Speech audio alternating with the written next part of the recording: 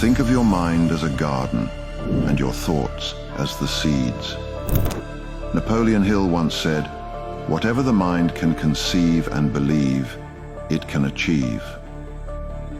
Like a seed transforming into a towering tree with the proper nourishment, our thoughts have the power to shape our reality, and our belief and faith are the nourishment it needs to grow. If you can imagine it and believe in it, then you possess the innate power to make it real. Remember, the things you imagine aren't just fantasies, they're life's blueprints. Your thoughts are the seed, your reality, the forest.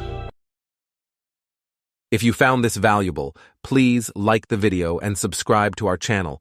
It would mean so much. Thank you so much for watching.